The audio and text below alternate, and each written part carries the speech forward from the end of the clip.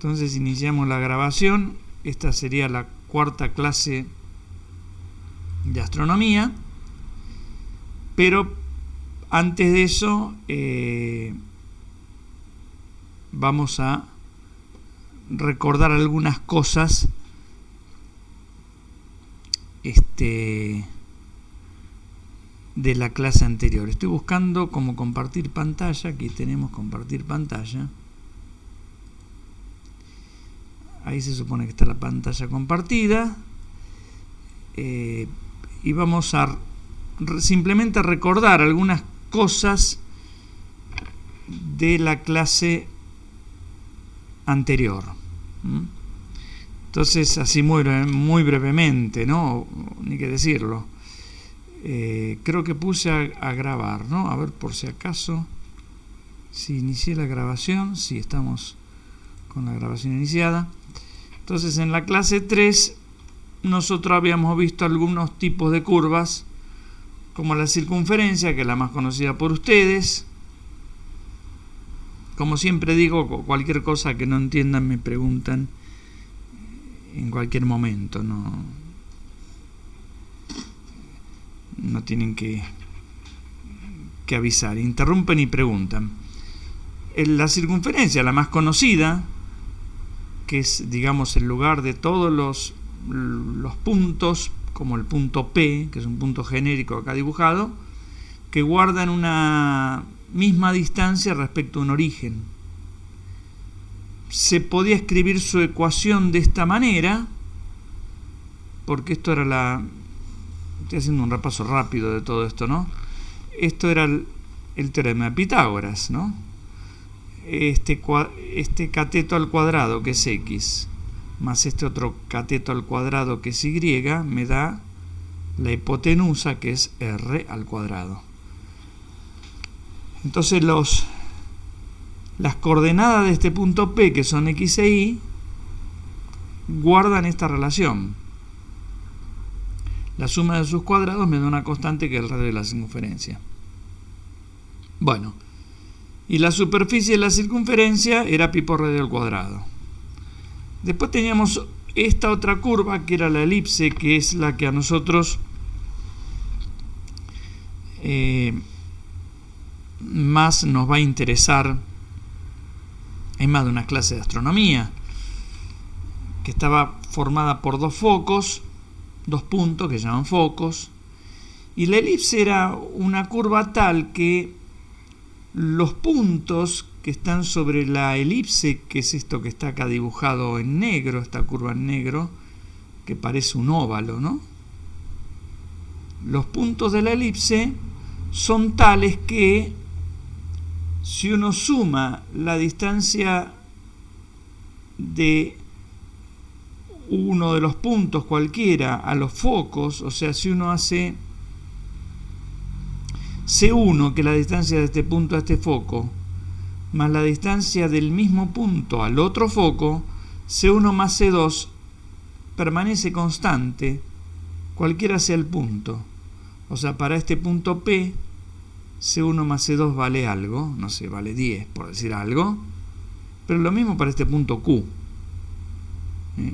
Para este punto Q, la distancia de Q a este foco más la distancia del mismo Q a este otro foco es la misma distancia que para el punto P y que para cualquier otro punto que esté sobre la elipse. Entonces lo que dice acá es eso, ¿no? Que C1 más C2 es una constante, permanece fijo, es un número fijo. Y bueno, nosotros no dedujimos de dónde sale esto, pero los puntos que están sobre la elipse, cualquiera de los puntos, son tales que su coordenada x al cuadrado dividido a cuadrado más su coordenada y al cuadrado dividido b cuadrado me da 1, donde a es este segmento que se llama semieje, y ves este otro segmento que también se llama semieje. Bueno, en este caso A es el semieje mayor y B es el semieje menor porque A es más grande que B. Bueno, también con matemáticas se puede deducir la superficie, o sea, el área que encierra una elipse, que es A por B, pero multiplicado por pi. Nosotros obviamente no nos dedicamos acá a hacer matemática, o sea, a deducir esas cosas que no son tan difíciles de deducir.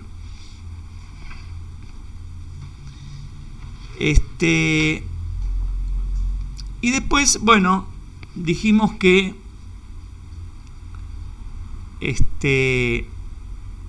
si los focos coinciden, o sea, si este punto se juntase con este, y la elipse sería una circunferencia.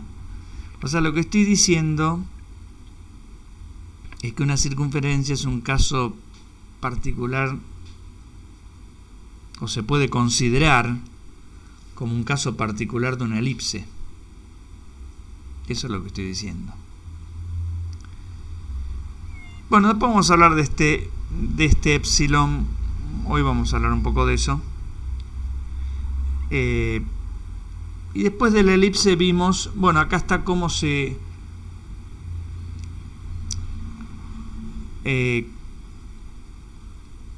dos maneras de dibujar una elipse, ¿no? Ahora vamos a mostrar un video de cómo se puede dibujar una elipse que corresponde a esta forma de hacerlo. O sea, este punto y este punto, acá en estos dos puntos se ata un hilo y después se apoya una virome acá en el vértice de este hilo y se va recorriendo. ¿Profe? Sí, En el dibujo superior derecho, sí. que tenemos los dos puntos. ¿Esos dos puntos son de origen? Esos dos puntos son los focos. Ah, son los focos, no origen, foco. No origen, focos. Bien, O sea, perfecto. el origen, el centro estaría acá, entre los dos focos, digamos. Ahí va, o sea que el origen siempre va a ser el centro de nuestra elipse. Claro, lo que vos llamás O- origen, supongo que te estás refiriendo al centro de la elipse. Sí, es como Exacto, decir, perfecto. si uno mira este dibujo, este punto que está acá, ese es el centro de la elipse. Claro. ¿Está bien? Ahí va. A Sí, eso. sí, sí, sí. Bueno, esta es otra Gracias. forma de construirla, no importa. Lo habíamos mencionado, no importa esta forma de construcción. Vamos a ver si tengo acá el videito, lo paso rápidamente, que es cómo se construye una elipse. Acá, por ejemplo, yo tengo un hilo estirado.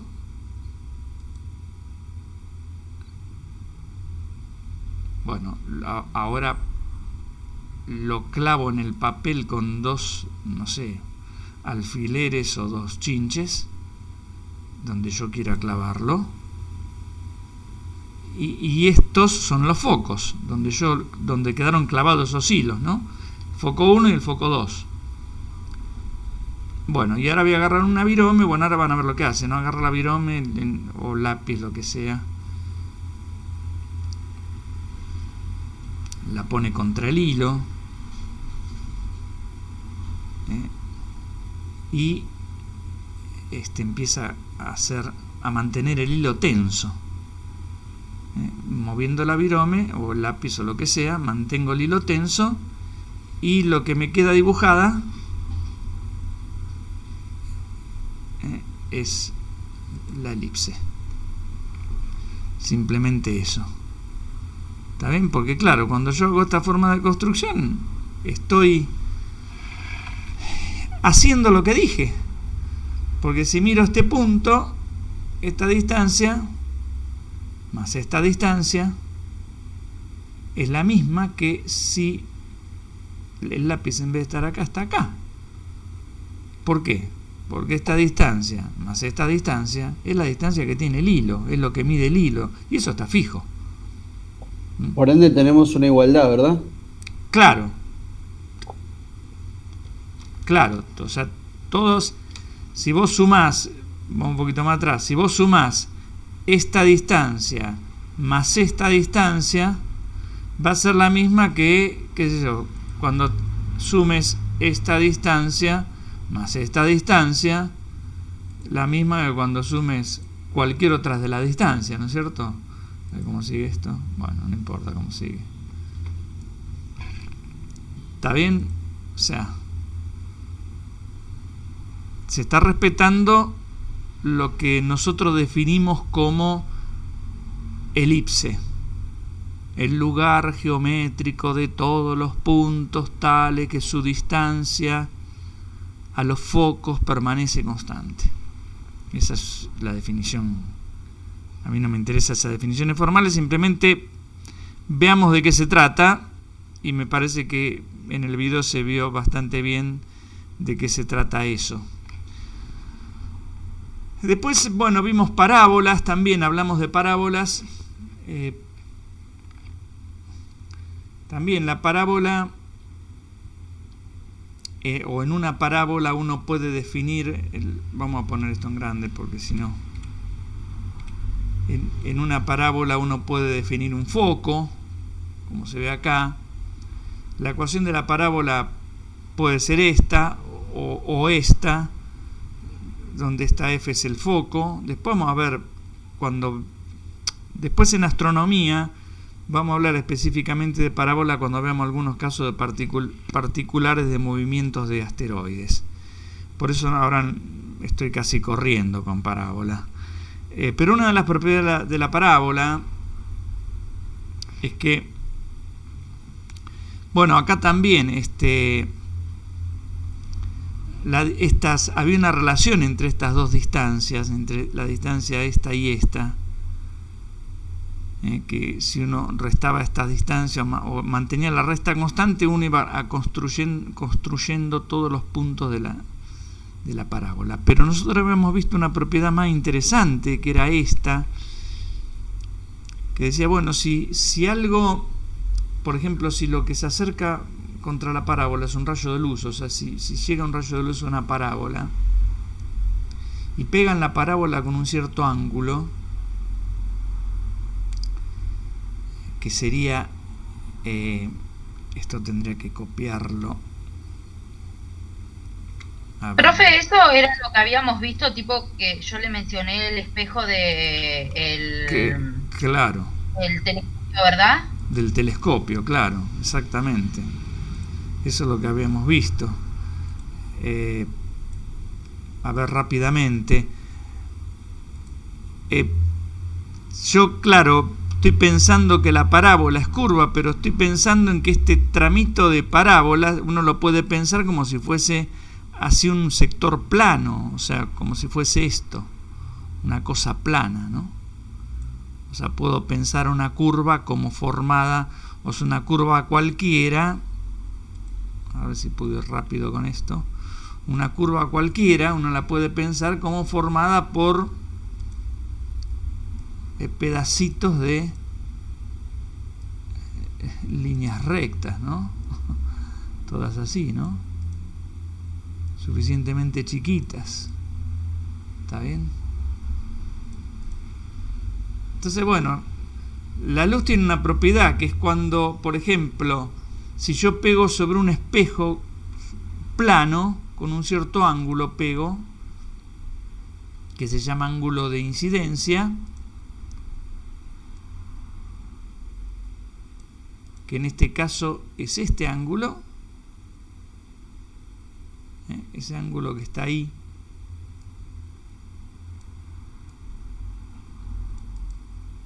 se llama el ángulo de incidencia. Esta línea recta que ven acá es perpendicular al espejo. O sea, si el espejo fuese plano, supongamos que uno tenga un espejo plano, como el que usa para mirarse en su casa. Profe. Sí. Entonces, pregunta, ¿no? ¿La parábola tiene pequeños segmentos planos o no existe una recta dentro de una parábola? No, no existe una recta dentro de una parábola. Nosotros la estamos Me había confundido. Claro, para entender la estamos pensando como formada por una infinidad de segmentos planos. Ahí va, perfecto. Gracias, disculpa. Pero está muy bien la pregunta, está muy buena la pregunta además, está muy buena la pregunta. Para simplificar la tarea, para entender lo que vamos a decir ahora, la estamos pensando como un conjunto gigante, enorme de segmentos planos. Bueno, yo decía que si uno tiene un espejo, como podría ser este que estoy dibujando acá, este sería el espejo, uno puede definir una recta perpendicular al espejo, que como es perpendicular se llama normal. Normal en matemáticas significa eso, perpendicular. Es decir, que esta recta forma 90 grados con el espejo. Todas estas cosas que estamos viendo no las estamos viendo de casualidad. Las vamos a utilizar en astronomía. Por ejemplo, cuando veamos algo de telescopio, vamos a utilizar estos conceptos que estamos contando ahora. Los vamos a volver a repetir. Quizás de otra manera, pero está bueno verlo dos veces. Entonces uno tiene la seguridad de que se aprende más fácil si las cosas se repiten más de una vez, me parece a mí, ¿no? Entonces, claro, hay una ley de la óptica que dice que si uno pega con un rayo de luz así, ¿no?, contra el espejo, vamos a poner el rayo de así, es este. Yo pego con un rayo de luz contra el espejo. O sea, acá pongo una linterna y acá. No, acá vamos a poner así, como una linterna, de la cual sale luz, pega contra el espejo y pego con un cierto ángulo.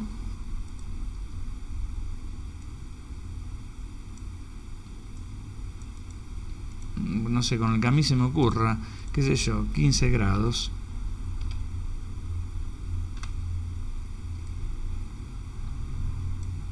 Ese ángulo se llama de incidencia. Bueno, la luz se va a reflejar en el espejo de manera tal que la luz de salida, o sea, se va a reflejar, va a salir la luz así, formando el mismo ángulo. O sea que este ángulo que está acá también se va a duplica, ser, ¿verdad? Claro, también va a ser de 15 grados. Pues se llaman ángulo tita.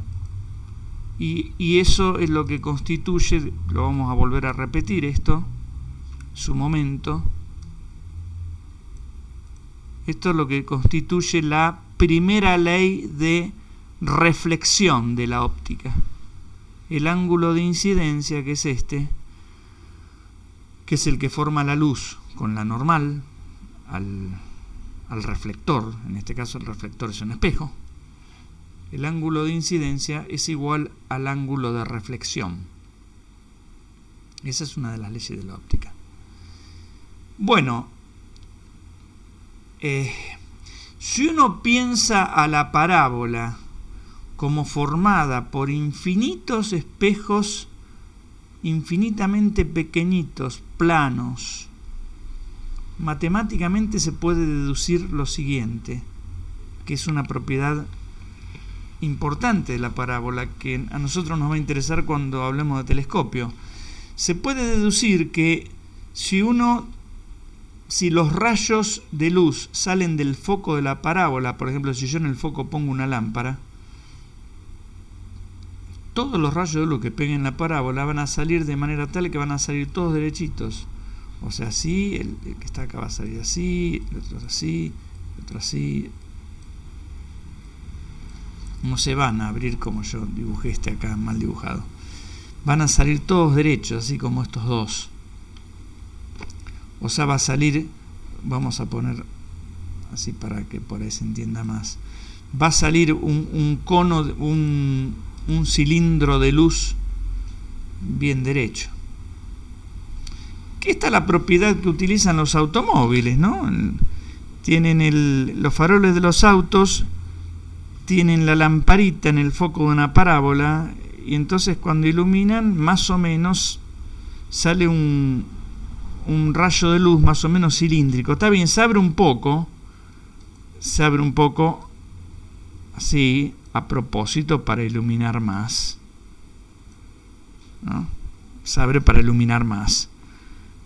Y eso se logra, en vez de poner la lámpara en el foco, correrla más hacia el foco, o si la alejo, en vez de abrirse más, se cierra, se va a cerrar así más.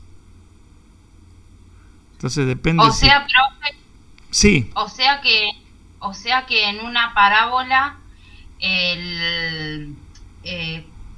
vendríamos a decir que la reflexión se genera hacia dos lados. La reflexión se genera, no te escuché la última parte. Hacia dos lados. Sí, hacia todos los lados, ¿no? Y hacia abajo. Hacia todos los lados, ¿no? Porque tu ¿cómo se llama? Si vos mirás. Yo creo que. Sí. Perdón que interrumpa. Yo creo que lo que dice la compañera es que, o sea, es lo que interpreto y me echando con lo que dijo ella, es que a medida que la incidencia de luz se va acercando más al centro de la parábola, Ajá. es el ángulo con el que se va a proyectar también. Ah, ¿o no? claro. Eso sí, efectivamente. Si Creo eso, que es por ahí lo que decía ella. Sí. Si es eso, o sea, cuando yo acerco la lamparita acá, estos rayos se van a abrir más. Van a salir. Van a salir con más abertura, sí. Así. Mientras que si yo la pongo en el foco, sale derecho. Y si yo la alejo del foco, se cierran antes. Entonces, por ejemplo. Es lo mismo que sucede en fotografía, con lentes de cámara. Es eso, claro, sí. Exactamente eso. Y es lo que el pasa. El famoso foco. Claro, sí. Y es lo que pasa en un telescopio, porque vos, la luz que... Y también vale la inversa, ¿no? O sea, si vos tirás luz así por acá, esa luz pega en la parábola y va a parar al foco. También si yo pienso en... Voy a tratar de borrar todo este despiole para hacer algo, a ver si... Si yo pienso en una antena de estas de DirecTV, vamos a poner así, en una antena de DirecTV,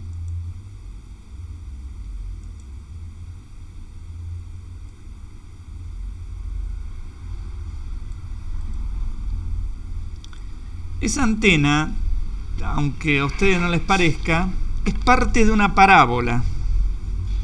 O sea, es un sector de una parábola. Entonces, por acá, por ejemplo, anda el satélite que transmite la señal. Y transmite señal para todos lados. O sea, la onda que emite esto, sale, digamos, en todas las direcciones. Pero la pucha. Bueno, vamos a ver. Sale la onda así en todas las direcciones.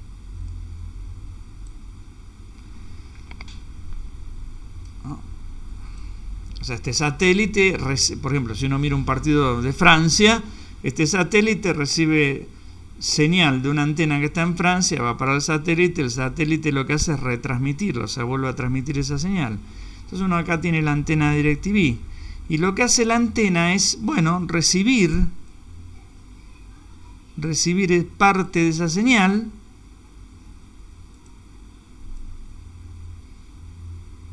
y como la antena es parabólica, la parábola tiene una propiedad, que si yo recibo la señal no tan torcida como yo la dibujé acá, sino que la recibo así como más derechita, toda esa señal rebota en la antena y va a parar, se concentra, se focaliza, en un punto, ¿no es cierto? Se focaliza en un punto donde, bueno, hay un aparato que se llama... ¿Que potencia esa señal entonces? Claro, aumenta la potencia de esa señal. Este aparato se llama conversor, y en ese ese conversor para trabajar necesita cierta potencia, no puede trabajar con la señal que recibe directamente el satélite, necesita más potencia. Entonces lo que hace la antena parabólica es, bueno, concentrarla en el dispositivo, que después esto está conectado al televisor de ustedes, ¿no? ¿Está bien? Y lo mismo pasa cuando uno mira una estrella. Esto, en vez de un satélite, una estrella emite luz y yo pongo el ojo acá. Una estrella muy lejana, muy débil, por ahí no la veo, pero si tengo un espejo grande puedo recolectar mucha luz. O sea, si yo miro con el ojo, vamos a poner para ver si nos damos cuenta de esto, que no es difícil de darse cuenta. Yo acá tengo el ojo. Yo con mi ojo solamente recolecto, por ejemplo, pocos rayitos, o todos los rayitos que están acá adentro, todos los rayitos que viajan acá. Pero si yo ahora mirar la estrella, en vez de mirar la estrella directamente, pongo mi ojo acá, ya no recolecto solamente esta fracción de rayitos, recolecto todo esto. Profe, Sí. cuando hablamos de coordenadas en astronomía, ¿estamos hablando de las coordenadas donde tenemos que ubicar el foco, entonces, o no? Bueno, a ver, cuando hablamos de coordenadas en astronomía, estamos hablando, claro, ¿dónde tendríamos que enfocar? Porque yo supongo que vos te referís a las coordenadas de, por ejemplo, de una estrella. Claro. Claro, entonces vos hacia ahí tenés que apuntar esto, ¿no? O sea que la coordenada va al cielo sectorizado. Sí, vos hacia ahí apuntás, en realidad apuntarías, vamos a decir así, está una línea imaginaria que saldría de la mitad de tu espejo hacia la estrella. O sea, las coordenadas de la estrella te dicen hacia dónde tenés que apuntar esta línea, que esta línea, bueno, es como decir, es como esta, ¿no? Es como el centro de tu espejo, por decirlo de alguna forma. Ya vamos a ver eso cuando veamos con un poco más de detalle cómo funciona un telescopio. Pero sí, más o menos es eso. Lo que yo les quería comentar era simplemente que si uno mira a ojo desnudo, una estrella recibe poca luz. Y en vez de hacer eso, lo que uno hace es mirarla a través de la luz, de la mucho más luz que en este caso recibe este espejo parabólico, ¿no? Profe, ¿siempre tiene que dar en el medio? Bueno. Para que exista, por ejemplo, si en el vos, gráfico que usted nos hizo del espejo, el rebote está lo graficó en el medio. Sí. Varía el ángulo, ¿no? A ver, si vos no lo pones en el medio, se va a concentrar la luz. Estoy tratando de dibujar una cosa. Yo supongo que vos me preguntás esto. Vos decís, si vos en vez de venir así, derechito por acá, vinieses así inclinado... Vamos a poner así. Si vos en vez de derechito por acá, o sea, si vos venís derechito por acá, caes a la parábola así con la luz se refleja en la parábola y se concentra en un punto que se llama foco, en el foco. Ahora, si vos no venís derechito, si vos venís torcido, o sea, venís así,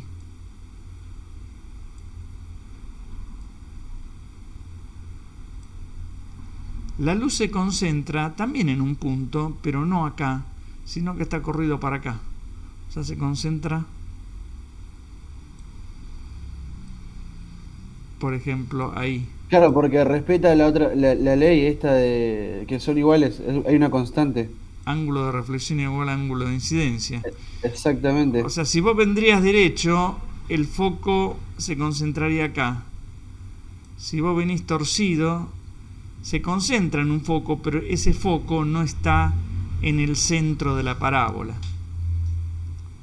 Claro, se localiza en otro se localiza en otro lugar. Esto se usa, en realidad las antenas de DirecTV uno no apunta al satélite así, sino que la luz del satélite no viene derecho como viene acá, sino que viene así, inclinada por acá. Se refleja en el espejo y va a parar a un foco que está por acá. ¿Por qué es eso? Eso es más difícil de explicar. Claro, porque por lo general, o sea, por lo que se ve no está en el centro, está No, más está arriba, corrido. abajo. Está corrido. Y eso se debe a que, bueno, a ver, uno dice la luz que viene de acá, de la estrella, por ejemplo, esto hace sombra sobre el espejo. Y sí, o sea, parte de la luz que viene de la estrella se pierde por la sombra que hace esto.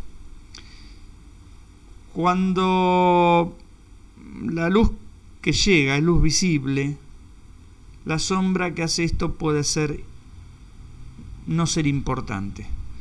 Pero cuando lo que llega acá, como en el caso de los satélites, es microondas, o sea, una luz con otras características, o sea, una luz de mucha más baja frecuencia, en algún momento vamos a hablar de eso, la sombra que hace esto es muy importante.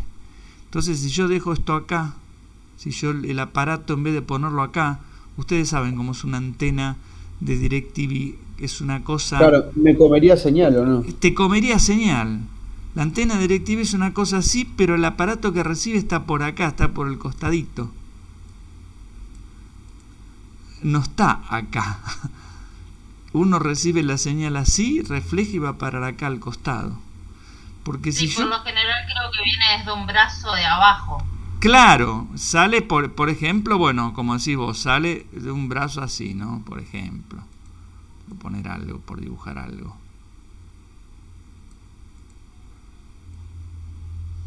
Por ejemplo. Entonces uno no recibe, uno dice, pero ¿cómo? Recién me dijeron que tengo que recibir la señal así. No, también la puedo recibir torcida y no va a ir a parar al foco que pasa por acá por el medio, sino que va a ir a parar a otro foco. En el caso de las antenas DirecTV tenés que hacerlo así, porque si vos intentás poner esto que recibe acá, ahí sí, la sombra que te va a hacer esto de la señal que recibe puede ser tan grande que no recibas un pito. Entonces, bueno, eso está ligado con algo que en óptica se llama difracción y es un tema complicado de explicarlo, ¿no? Ahora. Tampoco vamos a entrar en esos detalles. Pero cuando hablamos de telescopio, vamos a comentar algo de eso. Pero, simple comentario, no vamos tampoco a dedicar mucho a eso porque eso es de la óptica. Bueno, entonces de parábola nos interesaba esa propiedad de la parábola. Habíamos visto elipse y parábola. Y después vimos esto que está acá, que era que en realidad estaba la circunferencia, la elipse, la parábola y la hipérbola, que eran todas curvas que se podían obtener cortando con un plano un cono. Por eso se llaman cónicas. Después vamos a volver a ver esto cuando lo necesitemos. Por ahora no importa. Lo que descubre Newton allá en el 1600, en realidad no lo descubre, en realidad lo demuestra matemáticamente. Newton fue un genio, tanto físico como matemático. Lo que demuestra matemáticamente es que todos los planetas hacen órbitas cónicas. Los astros, en realidad, hacen órbitas cónicas. Los planetas de nuestro sistema solar, todos hacen elipses, por ejemplo. Pero puede haber un cometa que generalmente describe una parábola o inclusive una hipérbola. Entonces, por eso mencionamos estas curvas, nada más que por eso. Hoy vamos a ver las leyes de Kepler. Vamos a poner esto en esta cuarta clase.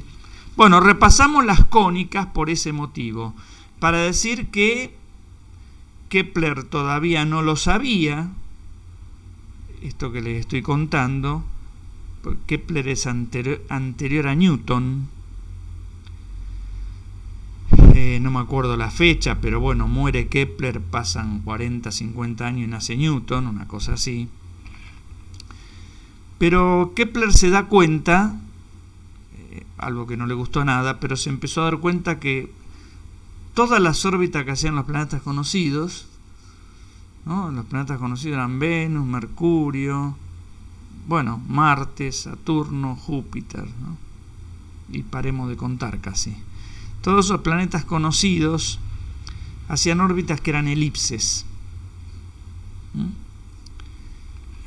A él no le gustaba eso porque por una razón, vamos a decir así, mística, religiosa. Porque los griegos ya, también por la misma razón religiosa y mística, pensaban que el círculo era la curva perfecta y que entonces los astros, que eran celestiales y estaban ligados con Dios, tenían que hacer órbitas que eran círculos o movimientos ligados con cuerpos perfectos. Entonces,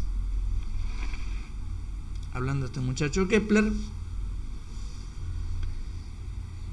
fíjense la época, ¿no? Alemania 1570 a 1630 cuando fallece.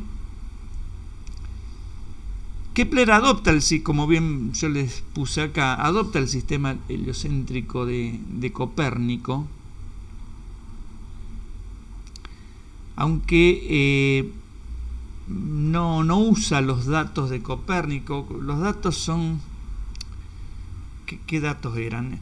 Los datos eran que Copérnico observaba los astros y decía, bueno, supongamos hoy a las 7:30 de la noche, no sé, o 8 y pico de la noche,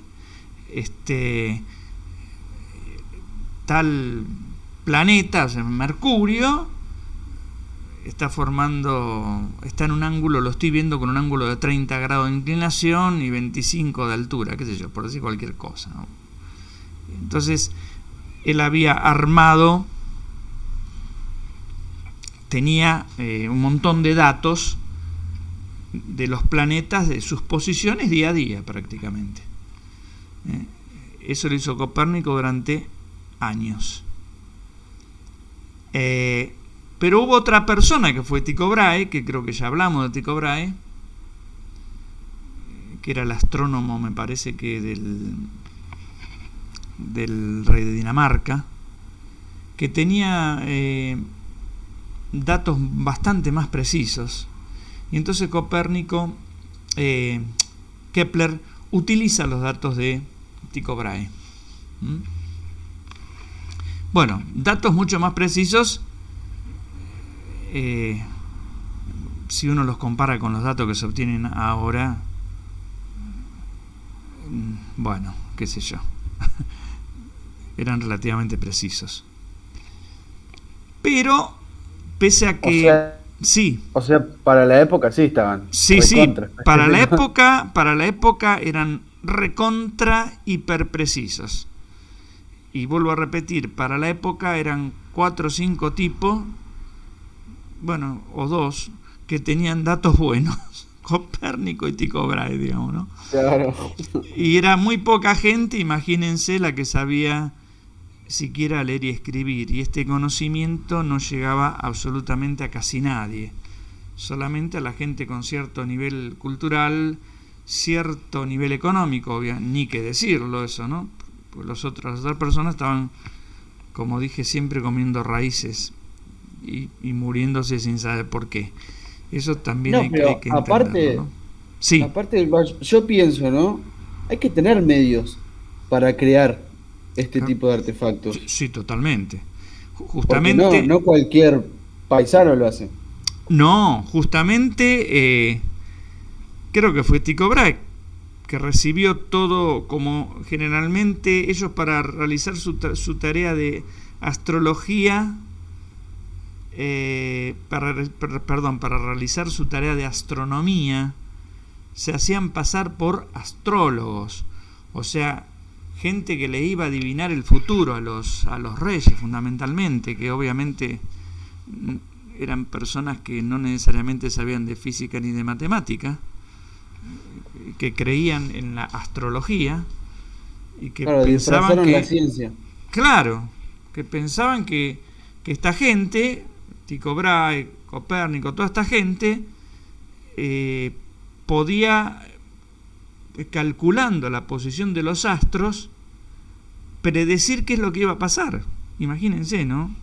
Y eso es una cuestión de Estado. A ver, uno ahora no lo puede entender y está bueno tratar de meterse en esa época, pero era una cuestión de Estado.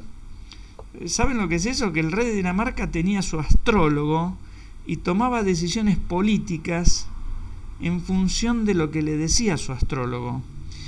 Y uno se puede reír de eso, pero... A ver, no existía internet tampoco. no, Entonces, claro, no existía internet. no se podía googlear quién estaba avanzando, qué sé yo, a la Totalmente, frontera o los totalmente. quilombos que venían. Totalmente, totalmente. Si uno no entiende eso, no entiende el porqué de todo esto que estamos contando, digamos, ¿no?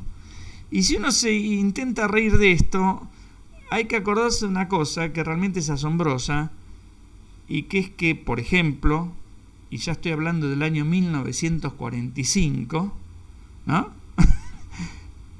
Segunda Guerra Mundial, el señor Adolfo Hitler también tenía creían mucho los nazis, el nazismo se caracterizó por tener una mística muy particular, ¿no? Aparte de la creencia ocultista fanática. Sí, aparte de una creencia ocultista fanática, como decís vos, porque muchos de los jerarcas de las SS se recostaban en lugares donde supuestamente por ahí habían pasado los dioses arios, qué sé yo, y buscaban el santo grial, y el mismo Himmler, la mano derecha de Hitler, derivó fondos para ver si podían encontrar el santo grial. Imagínense de qué estamos hablando, ¿no? Estamos hablando de 1900. Y bueno, y así como Hitler creyó mucho en eso, imagínense en la época de esta gente, ¿no? O sea, la observación de los astros era con fines no científicos como lo entendemos ahora, sino con fines de predictivos o pseudocientíficos, como lo que hacen los astrólogos ahora, ¿no? Pero claro, gracias a eso los astrónomos podían trabajar, porque gracias a eso el rey de Dinamarca le puso un montón de dinero a Tycho Brahe y le dijo: ¿qué necesita construir? Y necesito construir no sé, imagínense, como un transportador gigante para poder medir la posición de los astros. Bueno, ¿qué necesitas? Tanta guita, bueno, acá la tenés. Si no, no se podía trabajar, digamos. Es así de simple. Entonces, listo, a cara de perro. A cara de perro. Entonces, la ignorancia en algún momento, la ignorancia de la gente que estaba a la cabeza de los gobiernos, en ese sentido fue buena, porque permitió a algunas personas, contadas con una mano, hacerse de algunos dispositivos y poder trabajar. Y bueno, y alimentarse, ¿no? Comer, porque esta gente recibió un sueldo. El resto de la población humana, vuelvo a repetir, estaba comiendo raíces. Eso es lo que hay que entender para entender esta época. Bueno, pese a que Kepler mantuvo el sistema heliocéntrico, o sea, pensaba que el Sol estaba en el centro, seguía manteniendo esta idea de que los planetas estaban engarzados en esferas, ¿no? Y esas esferas, una de esas esferas, la que se puede ver acá, esto que está acá, estaba a su vez metida en poliedros perfectos, como este, por ejemplo. El cubo este que se ve acá es un poliedro perfecto. Y bueno, acá está la definición de poliedro perfecto. Me había olvidado que le había puesto. El tetraedro, el cubo, el octaedro, el dodecaedro, el icosaedro son perfectos porque en todas sus caras, estas caras, ¿no?, son polígonos regulares, o sea, polígonos que tienen los lados iguales, eso significa. Y además de eso, en cada vértice, por ejemplo, si miramos este vértice, en este vértice se une el mismo número de caras. O sea, en este vértice yo tengo unido 1, 2, 3 caras. Lo mismo que en este vértice, que tengo 1, 2 y 3 caras, que es la que está acá atrás. Buah. Y así para este poliedro, para lo que vemos acá. ¿Por qué uno podría decir que Kepler quería y se le antojaba y hinchaba y jodía con esto? Y bueno, por lo que dije antes, porque primero que Kepler era monje, ¿no? Y entonces estaban mezcladas las ideas científicas con las ideas religiosas, fuertemente mezcladas.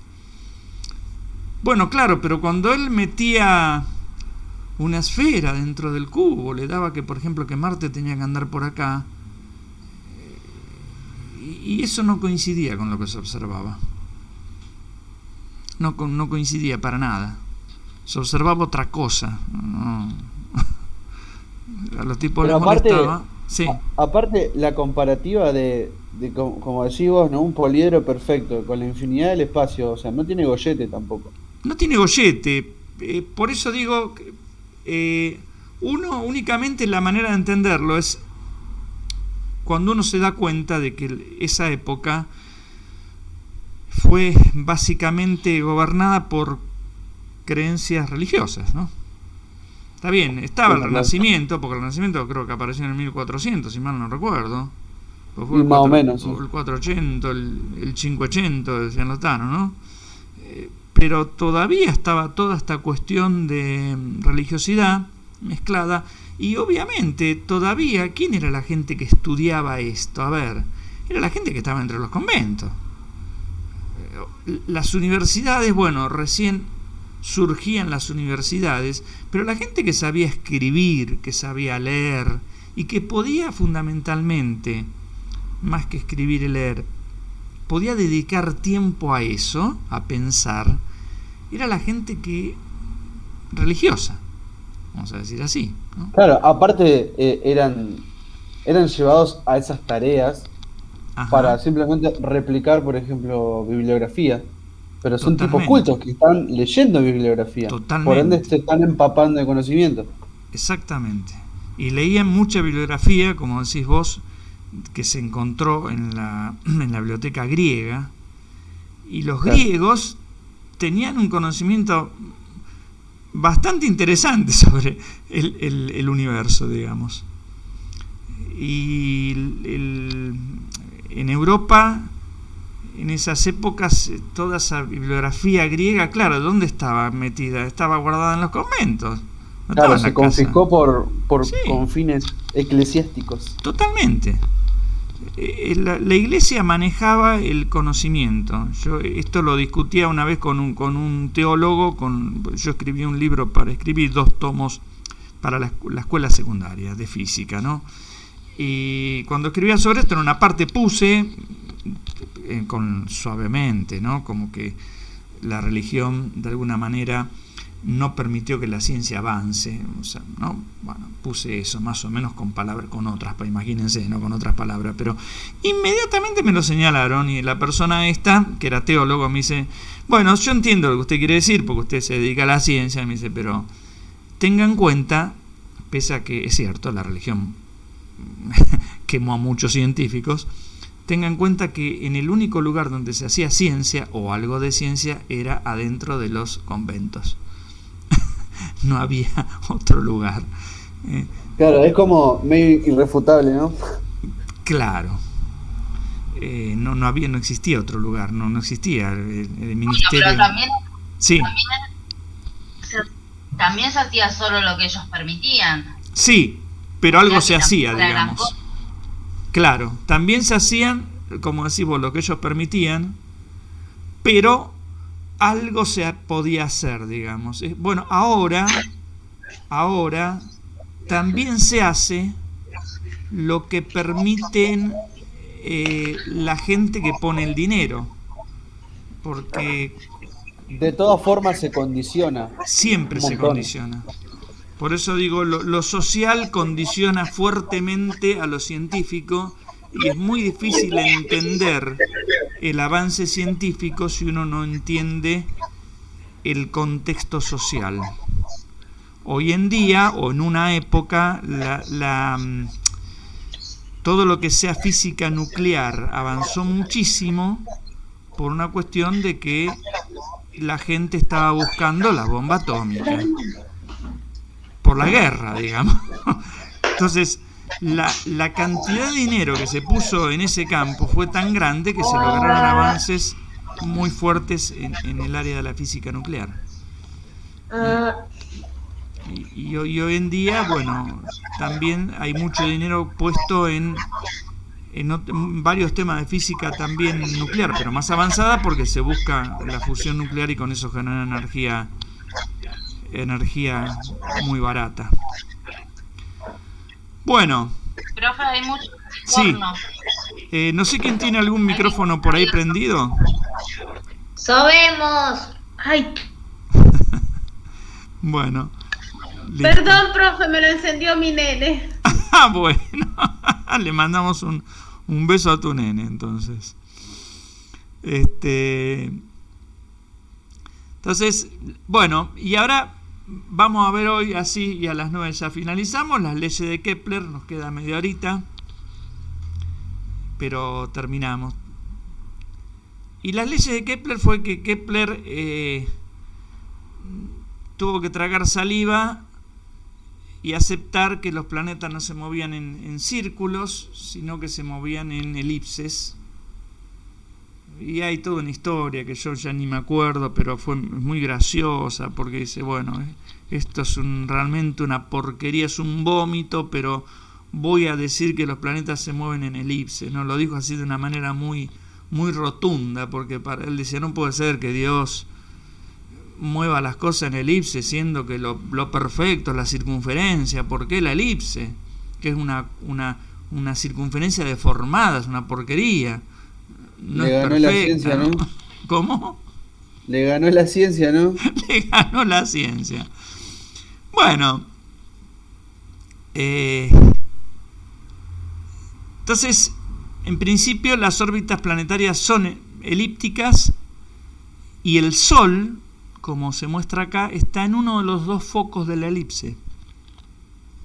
O sea, en este dibujo, lo que está dibujado es la Tierra, el Sol, los focos de la elipse y el centro de la elipse. Y estas dos distancias, que ahora vamos a ver qué nombre tienen, pero el movimiento no solamente de la Tierra, de cualquier planeta, es una elipse. Después esto Newton logra justificarlo de una manera matemática que realmente causa impresión, porque si uno lo tiene que hacer ahora, es muy difícil que le salga, digamos. Entonces, él logra justificar que cuando dos cuerpos entran en interacción, y después vamos a ver por qué la Tierra gira en torno al Sol, podemos anticipar el final de la película. Dos cuerpos, dos masas se hacen fuerza, esa fuerza se llama gravitatoria. Después vamos a hablar la clase que viene de esa fuerza gravitatoria. Pero en principio, cuando un cuerpo, como pasa con la Tierra y el Sol, orbita uno en torno al otro, Newton demuestra que lo único que puede pasar es que los movimientos correspondan a alguna de las cónicas que ya vimos. O sea, que puede ser una elipse, que puede ser una parábola, una hipérbola. ¿Esta es la de la relatividad, no? Bueno, esto no es la relatividad. La relatividad a esto le agrega algo. Ahí va, ahí va. La relatividad a esto le agrega algo que hasta resulta cómico, ¿no? Porque Kepler decía, el movimiento más simple y perfecto es el círculo. Y le molestaba que fuera una elipse. Porque él decía, el movimiento perfecto es el círculo. Además, decía Kepler, es el más simple, porque todo gira en el universo, todo gira. Entonces él estaba seguro que Dios tendría que haber elegido como movimiento el más simple, el círculo. Bueno, Yo creo que igual debe ser difícil de entender porque como, a ver, uno ve una elipse sí, girando en la Tierra y no tiene un movimiento perfecto. En cambio, el círculo sí. Quizás simplemente era sí, por el vistazo racional, ¿no? sí. Ahora, lo más cómico que yo te iba a comentar de esto es que si uno aplica la relatividad general, que es la relatividad más difícil y que no podemos ver acá, en la relatividad general, en el espacio que no es el espacio común que ustedes ven acá, en el espacio en el que ustedes caminan, en el espacio de la relatividad general, que se llama el cuadridimensional espacio-tiempo, así se llama, la órbita de la Tierra es una línea recta. O sea, efectivamente, es la curva más simple que puede existir. Parece mentira, ¿no? Entonces parece que sí, que Dios eligió lo más simple que se puede hacer. Pero eso no lo podemos ver acá. No es esa línea recta, no es un movimiento, vuelvo a repetir, en este espacio en el que vivimos nosotros. Es un movimiento en un espacio matemático muy complejo de la relatividad general, ¿no? Pero ahí, en ese espacio, el movimiento es una línea recta. Bueno, volviendo a Kepler, entonces acepta... ¿Esto fundamenta el terraplanismo, no? No, sí? No, el terraplanismo... No. El terraplanismo no lo puede fundamentar nada. Insolventable. Pero bueno, solo los terraplanistas. Bueno, entonces acepta eso, no solamente para la Tierra, para todos los planetas. Esa es la primera ley de Kepler. Es la primera ley de Kepler. La segunda ley de Kepler habla de lo que se conoce como velocidad areolar. ¿Qué es la velocidad areolar? A ver, para que nadie se asuste. Bueno, la segunda ley de Kepler dice: la velocidad areolar es la misma para todos los planetas. Ahora, ¿qué significa velocidad areolar? ¿Es el área a distancia del Sol? Bueno, más o menos es lo que dijiste. Es el área que barre, por ejemplo, la Tierra, supongamos que la Tierra está acá y va girando, ¿no? Y pasó, no sé, voy a decir cualquier cosa, ¿no? Por ejemplo, pasó 1 hora y pasó de acá a acá. Si uno calcula esta área, el área de todo este triángulo... ¿Es lo mismo que otro planeta transitó? Exactamente, el área, ahora vamos a verlo eso. El área de este triángulo es la misma área que cubriría la Tierra cuando pasa por acá. Claro, fíjense que toda esta superficie, acá está, a ver, está dibujado. O sea que es la superficie redimensionada, pero siempre va a tener la misma. Sí, supongamos que este triángulo sea una tela de 1 metro cuadrado. Vamos a decirlo así para que lo entiendan todos. Supongamos que este triángulo es una tela de 1 metro cuadrado. Este que está acá también va a ser una tela de 1 metro cuadrado. Si es que la Tierra tardó en pasar de acá a acá también 1 hora, ¿no? O sea, en tiempos iguales, la Tierra barre áreas iguales. Eso es lo que está diciendo. En tiempos iguales, por ejemplo en 1 hora, la Tierra tiene que barrer áreas iguales. No solamente la Tierra, sino todos los planetas. Claro. Entonces, ¿qué significa eso? Esto está exagerado. La Tierra tiene una órbita que es casi un círculo. No es tan así como se ve acá, ¿no? Estoy diciendo que este es un foco, el Sol está en el otro foco. Estoy diciendo que este punto está muy cercano a este. Pero sí, supongamos que sea así, exagerado, para que uno pueda ver una cosa, que es la que quiero contar ahora. Si eso es cierto, cuando la Tierra pasa de acá a acá, tiene que ir más rápido que cuando pasa de acá a acá. ¿No es cierto? Para barrer la Claro, misma área. para barrer la misma área, pero en una distancia más prolongada. Claro, claro. O sea que a mayor distancia prolongada, La- el área es mayor, es mayor el área que cubre, ¿no es cierto? Sí, entonces la Tierra tendría que ir más lento cuando va Claro. muy lejos de acá del Sol. Bueno, ahora en el siguiente gráfico creo que se va a entender más. Por ejemplo, acá está la Tierra y acá está Marte. Pasa, supongamos que pase una hora. En una hora Marte estaba acá y pasó acá. Y barrió toda esta área que está dibujada acá. Toda el área esta. La rosada más la violeta esta. La Tierra, supongamos que esta área sea también, corresponde a 1 metro cuadrado.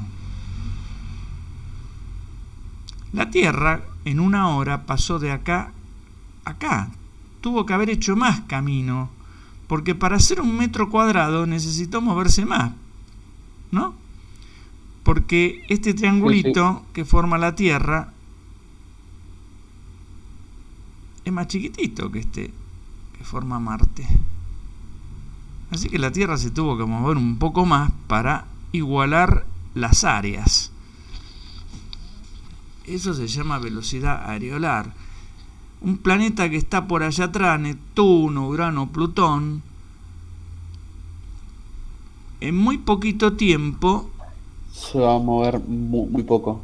muy poquito, y va a recorrer la misma área que lo que recorrería la Tierra moviéndose, tardando más, porque está más lejos. Claro. A ver si en esta... no sé si todo el mundo está entendiendo. Yo escucho a 2 personas, pero si alguien no entiende, no tiene más que preguntar. Sí, profe, va queriendo, va queriendo. Va queriendo. Bueno, lo que está dibujado acá son... Esta línea gruesa es la órbita, que también es una elipse del planeta Marte, y esta que está acá es la órbita de la Tierra. ¿Está bien? Y como saben, el foco, el Sol está en uno de los focos, por ejemplo en este. Y queda siempre en un foco, ¿no? Se podría decir que a mayor distancia, menor tramo. Sí, señor. Por decirlo de alguna forma. Claro. A Sí, mayor sí, sí, sí. distancia, más lento va a tener que ir, Así en gallego, ¿no? ¿no? A mayor distancia, esto se va a tener que mover más lentamente. Porque imagínense algo que está por acá.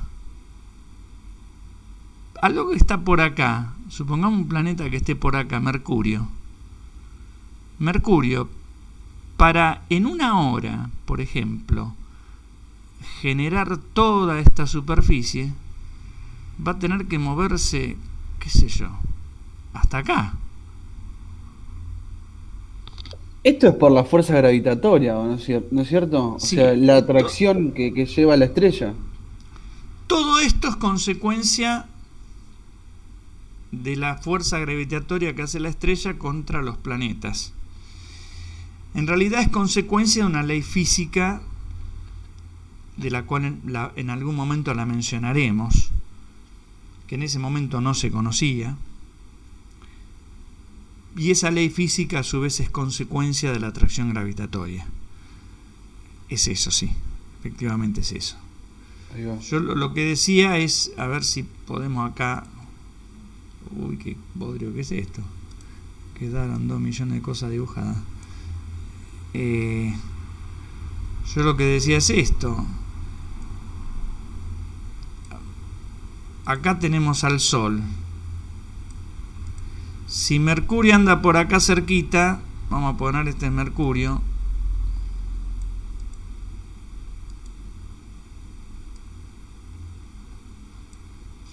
Y Mercurio se movió en una hora en una hora se movió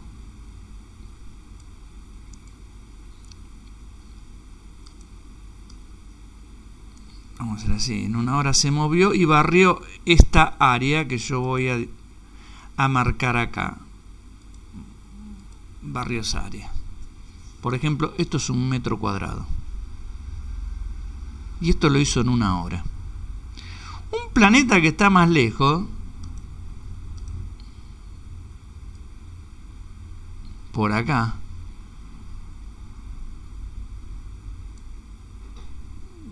si para barrer esta misma área se tiene que mover no toda esta distancia, tiene que mover mucho menos. O sea, se tiene que mover, qué sé yo, no sé,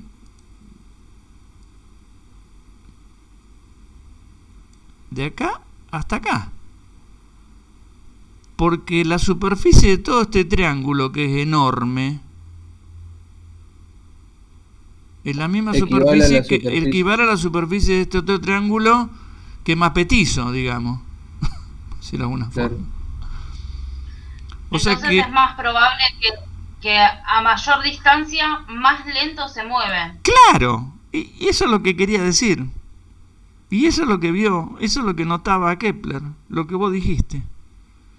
Que a mayor distancia se mueve más lento. ¿Eh? ¿Esta ley es real? Sí, claro.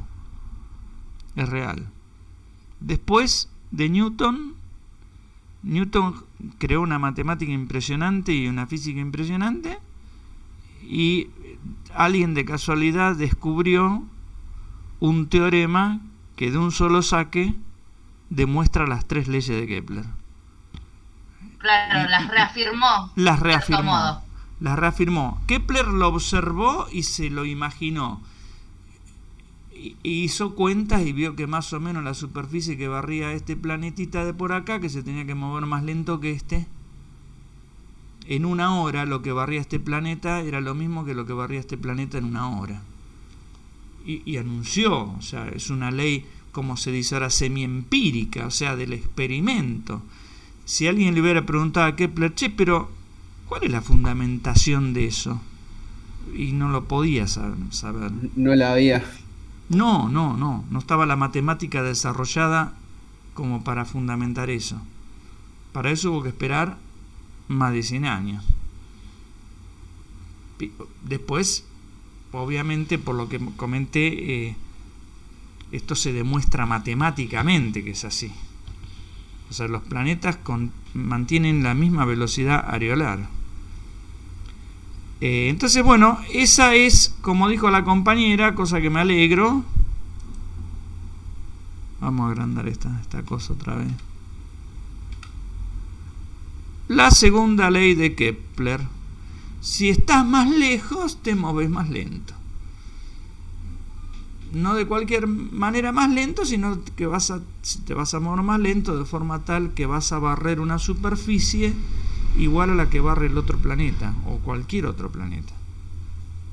Entonces, esto en su momento fue recontra revolucionario, esta observación, que se la hizo Kepler utilizando utilizando los cálculos precarios o semiprecarios que tenía de Tycho Brahe. Acá se ve, bueno, yo no me había olvidado de esto, que había puesto esto.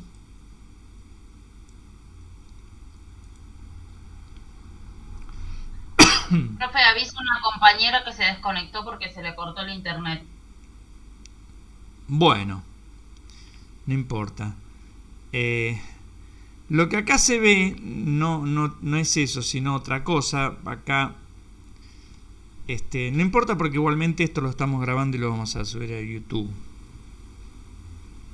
No está acá la ley de Kepler que habíamos mencionado recién. Lo que está acá es otra cosa, y es lo que se conoce como excentricidad.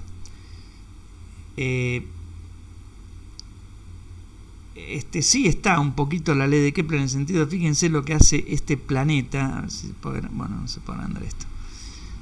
Vamos a dejar, disculpen una cosita, vamos a hacer una cosa, vamos a sacar y vamos a ver si podemos agrandar esto.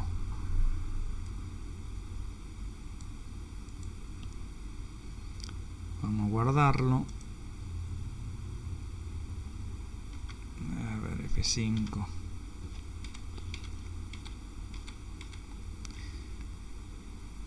Bueno, lo que se ve acá es que este planeta, acá está el Sol, cuando pasa cerquita del Sol va más rápido. ¿Qué es lo que dijimos nosotros acá? Cuando está por acá está más lejos, va más lento. Cuando pasó por acá tiene que ir más rápido para barrer en el mismo tiempo el área que barrió acá. Área significa superficie, ¿no? Pero la palabra correcta, desde el punto de vista matemático, se llama área. Por eso velocidad areolar. ¿Cuánta área barre en la unidad de tiempo? Si ustedes dicen voy a 100 kilómetros por hora, significa que en una hora recorren 100 kilómetros.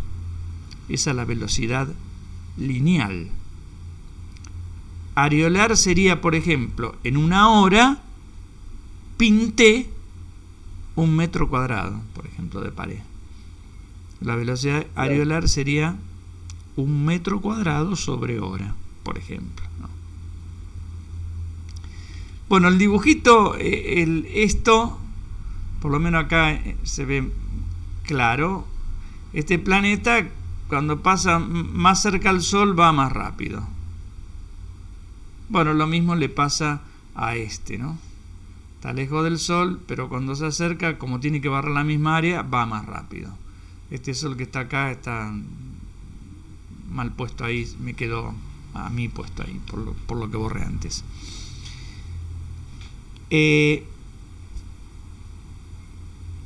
Bueno, para no joder con esto, lo voy a eliminar por un momento, porque si no...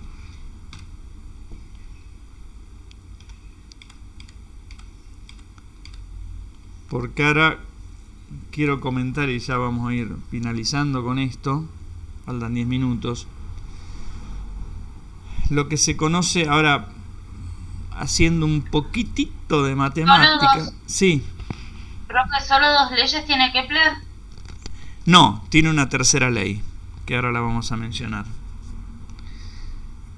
Antes de entrar en esa tercera ley, Kepler dijo, bueno, las órbitas en su primera ley son elipses. Las elipses se caracterizan por lo que se llama excentricidad. La excentricidad tiene esta fórmula. Bueno, estos RA y RP tienen nombre que pueden parecer raros. Bueno, acá está. El RA es el apopside y el RP es el periapside. Vamos a llamarlo así. O sea, esto es la distancia que tiene el planeta más lejana al centro. Bueno, vamos a hacer así, perdón. No quiero marearlos o confundirlos. Vamos a poner acá al Sol, por ejemplo. Y después vamos a aclarar, porque no lo vamos a hacer hoy, esto. Que en realidad las cosas no giran siempre respecto de un punto que está en el centro.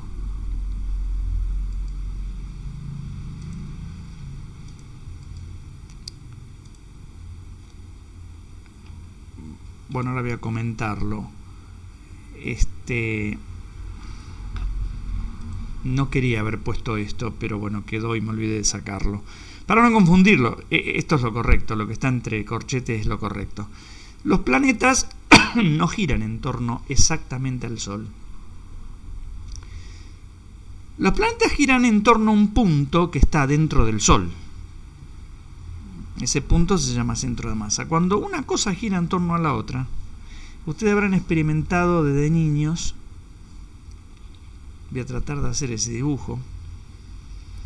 No sé si me va a salir eso.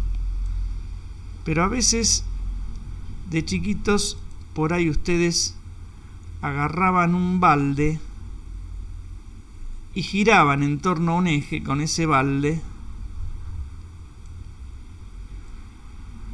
Acá estaban ustedes. Acá estaba el balde. ¿Cómo lo dibujo? Así.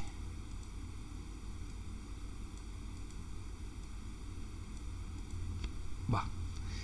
Y si ustedes querían, y si no lo pueden hacer, o decirle a su nene que lo haga, porque parecen ustedes va a quedar medio ridículo, pero si ustedes quieren agarrar un balde lleno de agua, medio pesadito, y girar de manera tal de que el balde gire solamente en torno a ustedes y que ustedes se queden quietos, eso es lo que estoy diciendo, no lo van a poder lograr. Va a terminar pasando que tanto ustedes como el balde van a girar en torno a un punto, a un centro de giro. Va a ser muy difícil que ustedes se queden quietos y el balde gire en torno a ustedes. Es imposible eso. Ustedes y el balde van a girar en torno a lo que se llama el centro de masa, del cual ya hablaremos de eso.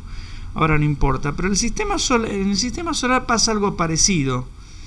En realidad, la Tierra... Vamos a poner esto en grande otra vez. La Tierra, el Sol y todos los planetas giran en torno a un punto que casi coincide con el Sol, pero que no está en el Sol. Profe, ¿puede ser el centro de masa de la elipse? ¿De la? De la elipse. Bueno, acá no hay ninguna hélice, pero a ver, una hélice también gira, o fíjense cómo gira, para que por ahí lo entiendan, busquen algún video de cómo gira la hélice de un helicóptero, que no gira en torno a un eje, gira como haciendo una... A ver si puedo hacer algún dibujo de eso. La hélice del helicóptero, si esta es la hélice no gira así. No va girando así. Gira con este punto inclinándose. O sea, primero la hélice está así. Después de un rato la hélice está así. Y va girando en forma, no en torno a un centro como podría ser acá. Por eso el rotor, ¿no? Claro, por eso el rotor tiene un pequeño movimiento donde concentra el centro de masa, ¿o no? Claro, que no es exactamente, que no es el centro sino que es un puntito que anda por otro lado, que se llama centro de masa. Y en el sistema solar pasa lo mismo. Uno tiene el Sol,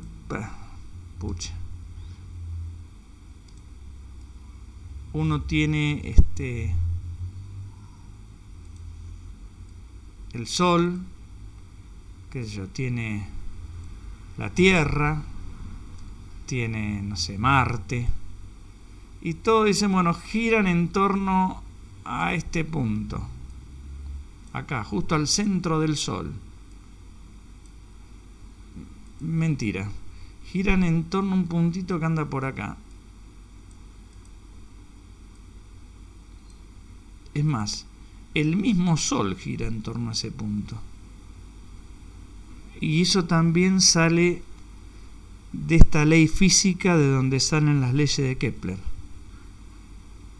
El mismo Sol gira y se retuerce, por ende, en torno a un punto que no está en su centro. Está cerca del centro, pero no está en el centro. Entonces el Sol hace el mismo laburo que el resto de los planetas. Exactamente. El Sol también gira como gira el resto de los planetas y da una vuelta sobre ese punto cada 25 días. Y claro, es muchísimo más rápido que todos los demás. Es el más veloz. Claro. Sí, claro. Sí. Porque la Tierra tarda un año Plutón en dar una vuelta al Sol tarda 290 años y el Sol da una vuelta sobre sí mismo en 25 días y encima es un movimiento también muy complicado, que es de retorcimiento, porque está tironeado, así como el Sol tironea de los planetas para que los planetas puedan girar.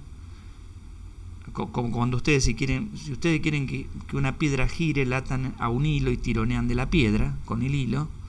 Así como el Sol tironea de los planetas tironean del Sol. Entonces el Sol, en realidad, el pobre Sol, gira de una manera bastante compleja, retorcida. Pero aparte son movimientos violentos, ¿o no? Son movimientos muy violentos y por eso a veces el Sol desprende parte de su masa, parte de esa masa impacta en la Tierra y se forma una tormenta solar y se corta la comunicación y puede ser un desastre, porque todo el sistema solar, el movimiento es, como dijiste vos, una cosa muy violenta. Claro. Uh-huh. ¿Está bien? Bueno, ya estamos cerquita de la hora, vamos a dejar por ahí acá. Total, la vez que viene vamos a hablar un poquito la vez que viene de lo que se conoce como excentricidad. Simplemente adelanto, ustedes acá ven que la excentricidad de la Tierra es un número muy chiquitito. Simplemente adelanto que si la excentricidad es 0, la elipse es un círculo. Y cuanto más grande sea la excentricidad, la elipse es más deformada. Por ejemplo, si la excentricidad es bajita, la elipse es así, un círculo. Pero si la excentricidad es alta, es así. Es más ovalado. Es más ovalado. Y si es más alta, es más así. O sea que un círculo es una elipse sin tanta excentricidad. Exactamente. Un círculo es una elipse de excentricidad 0. Exactamente lo que dijo acá el compañero. Otra pregunta, profe. Sí. Esta clase 4, el Power ya está en el campus, porque yo tengo impresas las otras, así ya me imprimo esta. Bueno, yo voy a ver si está en el campus. Esta clase todavía no la puse en el campus. La voy a poner. Bueno, gracias. Y la vez que viene, bueno, ya son las 9, vamos a dejar acá porque siempre estamos terminando a las 9. A las 9. Con ustedes era a las 9, ¿no? Porque tengo después el otro curso que termino a las 10. Con ustedes creo que terminaba a las 9 siempre, sí. Bueno, la vez que viene, hoy hablamos bastante y estuvo bueno porque ustedes participan. Por lo menos tengo 2 personas que participan siempre. El resto está mudo, muchachos. Hablen, no tengan vergüenza, pregunten lo que quieran preguntar. Y está buena Era hora de participar, profe, la recursé 2 veces la materia. Ah, no, entonces tenés que participar y vos estás participando bastante. Bueno, y la otra chica también. Le voy a preguntar el nombre, queda feo, pero bueno, ¿cómo te llamás vos, el chico? ¿Yo? Sí. Martín Roldán. Martín, ¿y la chica? Janet Sosa. Janet Sosa. Bueno, a ver si todo el resto pueden hacer como Martín Roldán y como Janet Sosa. La materia va a estar bastante más alivianada. Yo espero que la puedan dar. No creo que tengan problema en aprobarla. Voy a cortarla, voy a detener aquí la grabación.